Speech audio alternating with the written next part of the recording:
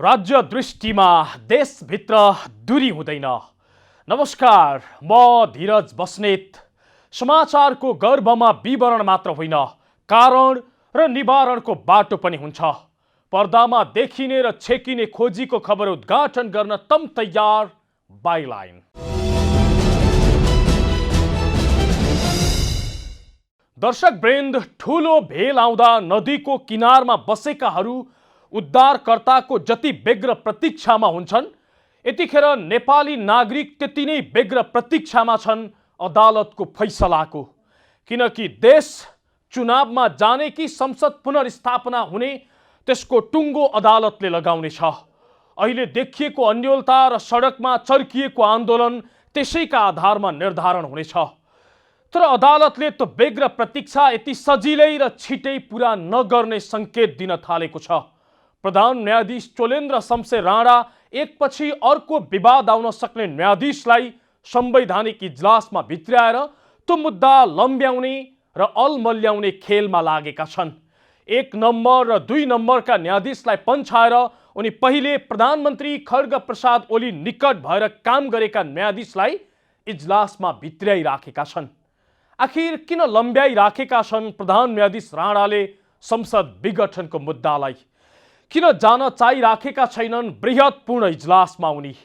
आजको कार्यक्रम यसैको खोजीमा केन्द्रित हुनेछ।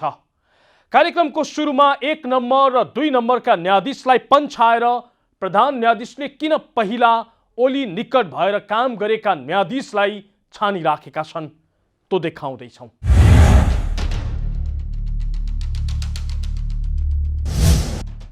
प्रधानमन्त्री केपी शर्मा ओलीले असंवैधानिक बाटो समातेर प्रतिनिधि सभा विघटन गरेको भन्दै त्यसका विरुद्धमा सर्वोच्च अदालतमा 1 दर्जन भन्दा धेरै मुद्दा दायर भएका छन्, जसमाथि पुस 10 गतेबाट संवैधानिक इजलासमा बहस सुरु भएको थियो भने अहिलेसम्म यो मुद्दामा 3 पटक संवैधानिक इजलासमा मात्रै बहस भएको छ। संसद पुनर्स्थापना हुन्छ कि विघटनले वैधता पाउँछ भन्ने विषयलाई लिएर सबैको ध्यान यतिखेर अदालतमा केन्द्रित छ। तर प्रधान न्यायाधीश चोलेन्द्र शमशेर राणाले भने एकपछि अर्को गर्दै विवाद आउन सक्ने न्यायाधीशलाई संवैधानिक इजलासमा भित्र्याएका छन्। पुस 10 गते संवैधानिक इजलास गठन गर्दा प्रधान न्यायाधीश राणाले न्यायाधीश हरिकृष्ण कार्की, विशम्बर प्रसाद श्रेष्ठ, अनिल कुमार सिन्हा र तेज बहादुर केसीलाई सामेल गराएका थिए। कार्की तिनै पात्र हुन् जो 2072 सालमा केपी शर्मा ओली प्रधानमन्त्री हुँदा महान्यायाधिवक्ता रहेका थिए। उनका विषयमा चर्को विरोध भएपछि संवैधानिक इजलास बसेको दोस्रो दिन अर्थात् पुस 22 गते कार्कीले इजलासमा नबस्ने घोषणा गरे। त्यसपछि धेरैको आशा थियो अबको इजलासमा विवाद नआउने न्यायाधीश छानिएलान् भन्ने। तर प्रधान न्यायाधीश राणाले पुस 29 गते संवैधानिक इजलास गठन गर्दा पनि विवाद आउन सक्ने न्यायाधीश नै छाने। 1 नम्बरका न्यायाधीश दीपक कुमार कार्कीलाई पन्छाएर हरिकृष्ण कार्कीका ठाउँमा 9 नम्बरकी न्यायाधीश सपना प्रधान मल्ललाई इजलासमा भित्र्याए। मल्ल तिनै पात्र हुन् जो पहिलो संविधान सभामा तत्कालीन एमालेको समानुपातिक कोटाबाट संविधान सभा सदस्य भएकी थिइन्। उनी हालका प्रधानमन्त्री केपी शर्मा ओली निकट भएर समेत काम गरेकी थिइन्। औपचारिक रूपमा नबोले पनि बुधबार संवैधानिक इजलासको गठन र बहस सकिए लगत्तै वरिष्ठ अधिवक्ताहरूले सपनाको सम्बन्धमा पनि सोच्नुपर्ने बताए। सर्वोच्च अदालतको बाहिर र नेपाल बार एसोसिएसनको हातामा रहेका केही सञ्चारकर्मीसँग कुराकानी गर्दै बहसमा उपस्थित भएका अधिवक्ताहरूले सपना प्रधान मल्ल पनि विवाद मुक्त न्यायाधीश नभएको बताए। अधिवक्ताहरूका अनुसार प्रधान न्यायाधीशले यसपटक पनि स्वार्थ राखेर पात्र छान्ने काम गरे। हरिकृष्ण कार्कीको सम्बन्धमा विवाद आएर कार्कीले इजलास छाडेपछि पनि प्रधान न्यायाधीशले नचेतेको र फेरि पनि विवाद आउन सक्ने न्यायाधीशलाई नै छनौट गर्नु गलत भएको अधिवक्ताहरूको टिप्पणी छ। अर्को एउटा न्यायाधीश गरेर अर्को राख्नु होला। सीमित न्यायाधीशहरूमा अब त्यहाँ चाहिँ के छ भने प्रधान न्यायाधीशले आफूलाई अल्पमत नपर्ने गरी त्यो बेन्च कन्स्टिट्युट गर्न चाहँदैन, त्यो पनि एउटा प्रश्न हुन्छ। त्यस कारण के छ भने उसको एउटै सल्युसन हो र प्रधान न्यायाधीशलाई पनि एउटा सजिलो के हुन्छ भने उहाँले आफूलाई कन्ट्रोभर्सीबाट जोगिने, किनभने प्रधान न्यायाधीश भनेको एउटा इन्स्टिट्युसन पनि हो, त्यो इन्स्टिट्युसन चाहिँ नन कन्ट्रोभर्सियल हुनुपर्छ। बुधबारको इजलासमा बहस गर्ने अधिवक्ताहरूले न्यायाधीश मल्लको विषयमा प्रश्न भने उठाएनन्। उनीहरू पर्ख र हेरको रणनीतिमा छन्। तर यो विषयमा अधिवक्ताहरूले प्रश्न उठाउने भन्दा पनि प्रधान न्यायाधीश आफैले सोच्नुपर्ने कुरा भएको अधिवक्ताहरूको भनाइ छ। पहिलो नम्बरको न्यायाधीशलाई पन्छाउने र एकपछि अर्को विवादमा आउन सक्ने न्यायाधीशलाई भित्र्याउने क्रमलाई निरन्तरता दिइरहनु स्वाभाविक नभएको उनीहरूको भनाइ छ। जुन पात्रका कारण फेरि पनि समस्या आउन सक्छ भन्ने बुझेका वा पहिला प्रधानमन्त्री ओली निकट रहेका न्यायाधीशलाई ल्याइरहनुले प्रधान न्यायाधीश के चाहन्छन् भन्ने कुराको धेर थोर सङ्केत गर्ने अधिवक्ताहरूको तर्क छ। माननीय सपना प्रधान मल्ल संविधान सभा सदस्य हुनुहुन्थ्यो र उहाँले संविधानको विशेष समितिमा संवैधानिक समितिका छलफलमा पनि उहाँ भाग लिनु भएको भन्ने मलाई लाग्छ। यसमा मेरो एउटा कुरा के छ भने उहाँलाई राख्दैमा फरक पर्ने चाहिँ होइन, किनभने उहाँले यो संविधानको शपथ खानुभएको छ। यो संविधान भन्दा म विचलित भएर न्याय इन्साफ गर्छु भन्नुभएको छैन, नम्बर 1। दोस्रो कुरा, संविधान सदस्य भएको हिसाबले, संविधान सभा सदस्य भएको हिसाबले उहाँ नबस्दा पनि राम्रै हुन्थ्यो। इन्ट्रेस्ट अफ कन्फ्लिक्टको कुरा पनि अहिले उठिरहेको छ। तर संविधानप्रति शपथ खाएको कारणले उहाँ बसेर पनि खासै फरक पर्ने मैले देख्दिनँ। न्यायाधीश हुनुभन्दा पहिला ऊ के थियो, कस्तो थियो, कुन विचारधारा थियो, कुन राजनीतिक रङ लगाइएको थियो, त्यो चाहिँ न्यायाधीश भइसकेपछि त्यो प्रश्न उठ्दैन होइन। राजनीतिक रङ या त्यो कलर फुकालेर नै न्यायाधीश बनेको हुन्छ। जस्तो तपाईँलाई एउटा उदाहरण दिउँ, राष्ट्रपति कुनै दलको हुन्छ नि त, कुनै राजनीतिक दल हुन्छ, उम्मेदवार उठ्दाखेरि, तर राष्ट्रपति भइसकेपछि त्यो दलको त हुँदैन, त्यो त राजीनामा गरिसकेको हुन्छ। सभामुख पनि त तपाईँ कुनै दलको हुन्छ नि, कुनै दलको उम्मेदवार उठाउनुपर्छ, संविधानले परिकल्पना गरेको छ, तर उहाँ चाहिँ जब सभामुख हुनुहुन्छ त्यो राजनीतिक रङ त फालिहाल्छ, राजनीतिक दलको सदस्य त्याग्नुहुन्छ, त्यसपछि उहाँ न्युट्रालिटी मेन्टेन गर्नुपर्छ होइन, या तटस्थता मेन्टेन गर्नुपर्छ। राष्ट्रपति, सभामुख र प्रधान न्यायाधीश भन्नुहोस्, न्यायाधीशहरू पनि पहिला जुनसुकै कलर होस्, जुनसुकै रङ होस्, त्यो चाहिँ न्यायाधीश भइसकेपछि त्यो रङमा आउँदैन। हेर्नुहोस्, सामान्यतः संवैधानिक इजलासको गठन हुँदा प्रधान न्यायाधीश सहित वरिष्ठतम न्यायाधीशहरू रहने गरेका छन्। तर यसपटक प्रधान न्यायाधीश राणाले सर्वोच्चका वरिष्ठतम न्यायाधीश भन्दा पनि आफू अनुकूलका न्यायाधीशहरू राखेर संवैधानिक इजलासको गठन गरेका थिए, जसका कारण इजलास गठनकै सम्बन्धमा सुरुमै विवाद भयो। न्याय परिषदले 15 नम्बरका न्यायाधीश टङ्कबहादुर मोक्तानसम्मलाई इजलासमा राख्न सक्ने गरी रोस्टर बनाएर सर्वोच्चमा पठाएको थियो। यसको अर्थ 15 नम्बरका न्यायाधीश मोक्तानलाई समेत संवैधानिक इजलासमा राख्ने गरी परिषदले रोस्टर बनायो, जबकि यस अघिको अभ्यास भने वरिष्ठतम न्यायाधीशलाई इजलासमा राख्ने थियो। पुष 10 गते संवैधानिक इजलास गठन हुँदा प्रधान न्यायाधीश चोलेन्द्र शमशेर राणाले 1 नम्बरका न्यायाधीश दीपक कुमार कार्कीलाई इजलासमै राखेनन्। त्यसैगरी 2 नम्बरका न्यायाधीश मीरा खड्कालाई पनि छाडेर 3 नम्बरका न्यायाधीश हरिकृष्ण कार्की र 4 नम्बरका न्यायाधीश विशम्बर प्रसाद श्रेष्ठलाई संवैधानिक इजलासमा राखे। त्यसैगरी उनले 5 नम्बरमा रहेका न्यायाधीश ईश्वर प्रसाद खतिवडा र 6 नम्बरका न्यायाधीश डाक्टर आनन्द मोहन भट्टराईलाई पनि इजलासमा राख्न चाहेनन्। उनले 7 नम्बरका न्यायाधीश अनिल कुमार सिन्हालाई संवैधानिक इजलासमा राखे पनि 8 नम्बरमा रहेका न्यायाधीश प्रकाश मानसिंह राउत र 9 नम्बरमा रहेका न्यायाधीश सपना प्रधान मल्ललाई छाडेर 10 नम्बरमा रहेका न्यायाधीश तेज बहादुर केसीलाई राखेर संवैधानिक इजलासको गठन गरे। यद्यपि संवैधानिक इजलासमा ककललाई राख्ने भन्ने अधिकार प्रधान न्यायाधीशलाई नै रहने हुँदा त्यस विषयमा विरोध गर्न भने पाइँदैन। तर पनि संवैधानिक इजलासको गठन गर्दा कि वरिष्ठता कि विषय विज्ञता हेर्नु पर्थ्यो, जुन कुरामा प्रधान न्यायाधीशले ध्यान नै दिएनन्। इजलासको गठन गर्दा पहिलो पटक फेल भएका प्रधान न्यायाधीशले दोस्रो पटक पनि करिब करिब त्यही गल्ती दोहोर्याए। एमालेको कोटाबाट सभासद बनिसकेकी न्यायाधीश सपना प्रधान मल्ललाई इजलासमा राख्दा फेरि विवाद आउन सक्थ्यो, तर प्रधान न्यायाधीशले यो विषयलाई बेवास्ता गरिदिए। पुष 29 गतेको बहसमा मल्लबारे केही कुरा नउठे पनि भोलि फेरि विवाद आएमा उनले पनि इजलास छाड्नुपर्ने अवस्था आउन सक्छ, जसका कारण यो विषय झन लम्बिँदै जान सक्छ। हो, संवैधानिक इजलासमा विवाद आउन सक्ने न्यायाधीश छानिरहँदा यो मुद्दा थप लम्बिँदै जाने देखिएको छ। अझै प्रधान न्यायाधीशले बृहत्पूर्ण इजलासमा जान आनाकानी गर्नुले थप आशंकाहरू जन्माएको छ। किन जान चाहँदैनन् प्रधान न्यायाधीश राणा बृहत्पूर्ण इजलासमा, तो देखाउनेछौँ, तर एकैछिनको विश्रामपछि। दर्शक वृन्द, आज हामी बाइलाइनमा किन लम्ब्याइँदै छ प्रतिनिधि सभा विघटनको मुद्दा र किन बृहत्पूर्ण इजलासमा जान प्रधान न्यायाधीश आनाकानी गरिराखेका छन् त्यो देखाइराखेका छौँ। प्रधान न्यायाधीश राणाले एकातिर संवैधानिक इजलासमा प्रधानमन्त्री ओली निकट भएर काम गरेका न्यायाधीशलाई भित्र्याउने काम गरिराखेका छन् भने अर्कोतिर बृहत्पूर्ण इजलासमा जान आनाकानी गरिराखेका छन्। सर्वोच्चकै न्यायाधीशहरूले यति संवेदनशील मुद्दा बृहत्पूर्ण इजलासबाट टुङ्ग्याउनु पर्ने बताइरहँदा कानुनविदले जोरदार माग गरिरहँदा उनी त्यसमा जान चाहिराखेका छैनन्। आखिर किन? हेर्नुहोस् यो रिपोर्टमा।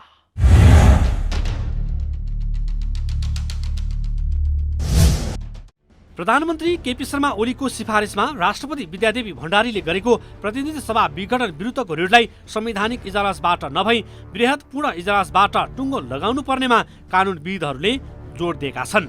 तर प्रधान न्यायाधीश तोलेन्द्र शमशेर जबरा भने यस विषयको टुङ्गो संवैधानिक इजलासबाटै लगाउने पक्षमा देखिएका छन्। बुधबारको संवैधानिक इजलासमा प्रतिनिधि सभा विघटन विरुद्धको रिट बृहत्पूर्ण इजलासमा लैजान सरकारी पक्ष असहमत देखियो।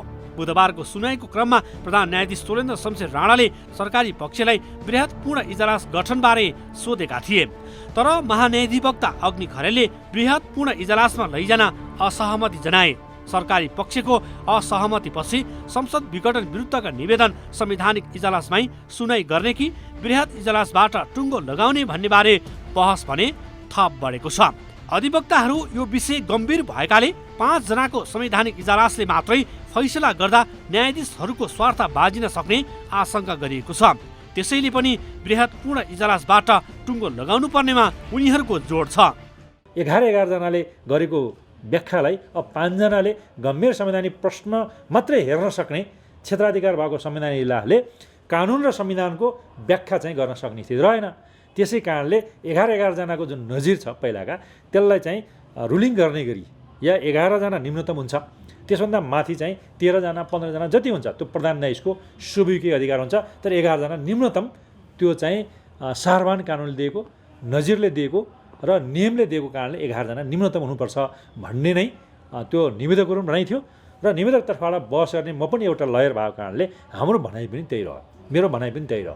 विगतका संसद विघटनका पार्लियामेन्ट रिसोल्युसनको विषयमा 11 जना न्यायाधीशहरूले हेरिसकेको विवाद अहिले 5 जनाले गर्नु पनि संवैधानिक र कानुनी प्रश्नमा उचित हुँदैन र समग्र न्यायपालिकाको दृष्टिकोण स्थापित हुन सक्दैन भन्ने हामीलाई चिन्ता हो। हाम्रो चिन्ता र हाम्रो कन्सर्न के हो भन्नुहुन्छ भन्दाखेरि सर्वोच्च अदालतमा 20 जना न्यायाधीश रहने भन्ने संवैधानिक व्यवस्था छ।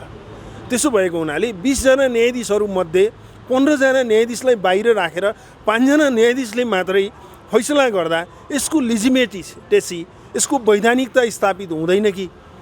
नेपाली जनताले यो फैसलालाई ओनरसिप गर्न सक्दैनन् कि? हामीलाई चिन्ता लागेको छ। त्यसो त प्रतिनिधि सभा विघटन विरुद्धको रिट निवेदक 13 मध्ये 11 जनाले बृहत्पूर्ण इजलासमा सुनाइको माग गर्दै यही पुस 22 गते पूरक निवेदन समेत दिएका थिए। सो विवाद कहाँ सुनाइ गर्ने भन्ने बारे अझै टुङ्गो लागिसकेको छैन। बुधबारको सुनवाईले यस विषयमा टुङ्गो लगाउने आशा गरिएको भए पनि प्रधान न्यायाधीशले भने संवैधानिक इजलासबाटै यो विषय टुङ्ग्याउने पक्षमा देखिएका छन्।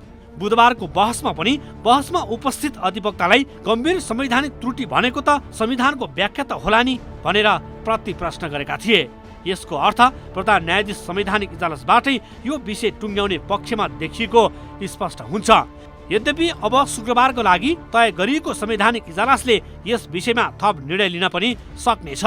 सर्वोच्च अदालतका एक कर्मचारीका अनुसार प्रधान न्यायाधीश राणाले पुस 27 र 28 गते उक्त रिटलाई संवैधानिक इजलासबाटै हेर्नुपर्ने लबिङमा लागेका थिए। यसको लागि सोमबार प्रधान न्यायाधीश राणाले आफू पक्षका वरिष्ठतम क्रममा रहेका 4 जना न्यायाधीशहरू दीपक कुमार कार्की, मीरा खड्गा, हरिकृष्ण कार्की र विश्वम्बर प्रसाद श्रेष्ठसँग छलफल समेत गरेका थिए।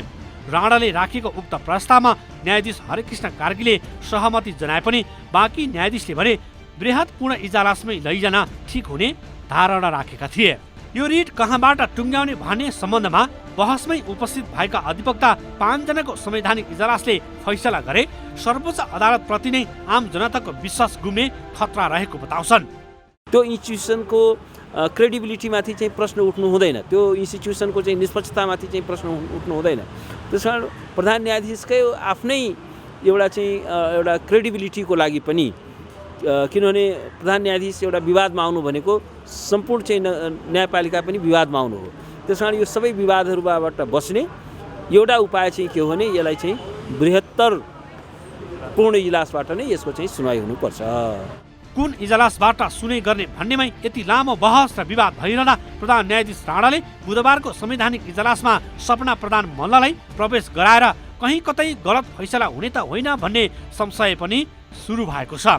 प्रधानमन्त्री केपी शर्मा ओली, इतरका राजनीतिक दल तथा व्यक्तिहरूले निर्वाचन आयोग प्रमुख दिनेश थपलियाले प्रधानमन्त्री ओली निकट भएको आरोप लगाउँछन् भने प्रधान न्यायाधीश राणा पनि ओलीकै इसारामा चलेको आरोप लगाइरहेका छन्।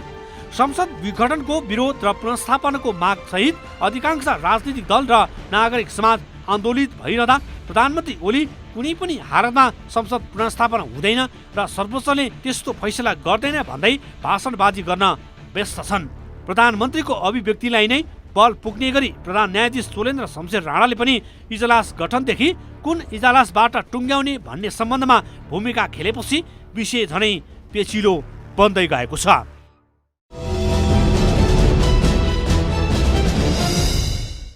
दर्शक वृन्द, आज हामी बाइलाइनमा प्रधान न्यायाधीश राणाले विवादमा आउन सक्ने न्यायाधीशलाई संवैधानिक इजलासमा राख्ने र बृहत पूर्ण इजलासमा जान आनाकानी गर्ने काम गरेर के गर्न चाहिराखेका छन् त्यो देखाइराखेका छौँ। प्रधान न्यायाधीश चोलेन्द्र शमशेर राणा निकटका केही व्यक्तिको कुरा पत्याउने हो भने उनी दोस्रो खिलराज रेग्मी बन्ने लाइनमा छन्, अर्थात् परिआए चुनावी सरकारको नेतृत्व गर्ने मनस्थितिमा छन्। त्यो अवसर नपाए पनि संसद विघटनको मुद्दा लम्बिँदै जाँदा पब्लिक सेन्टिमेन्ट बाँडिन सक्ने भएकाले उनी पर्ख र हेरको अवस्थामा छन्, जसबाट उनलाई लाभ नै मिल्ने देखिन्छ।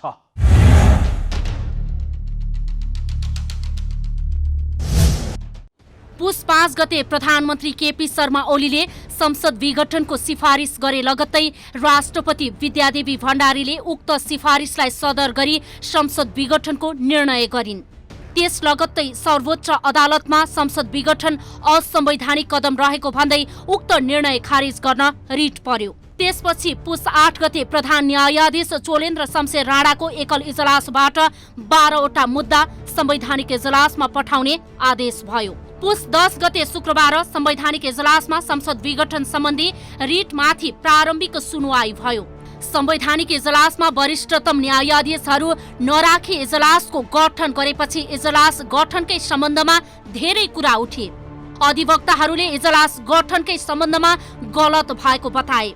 केपी शर्मा ओली सरकारले नै न्यायाधीशमा सिफारिस गरेको र ओलीकै पालामा महान्यायाधिवक्ता समेत भएको भन्दै उनी इजलासमा बस्न नमिल्ने अधिवक्ताहरूले जिकिर गरे। त्यसपछि पुस 22 गते बसेको इजलासबाटै उनले बाहिरिने निर्णय गरे र त्यस दिनको इजलास त्यत्तिकै सकियो र पुस 29 गते बुधबारका लागि मिति तोकियो। तर बुधबार इजलास तोक्दा पनि तत्कालीन एमाले कोटाबाट सभासद रहिसकेकी हालका न्यायाधीश सपना प्रधान मल्ललाई संवैधानिक इजलासमा भित्र्याएपछि फेरि विवादको खतरा देखिएको छ।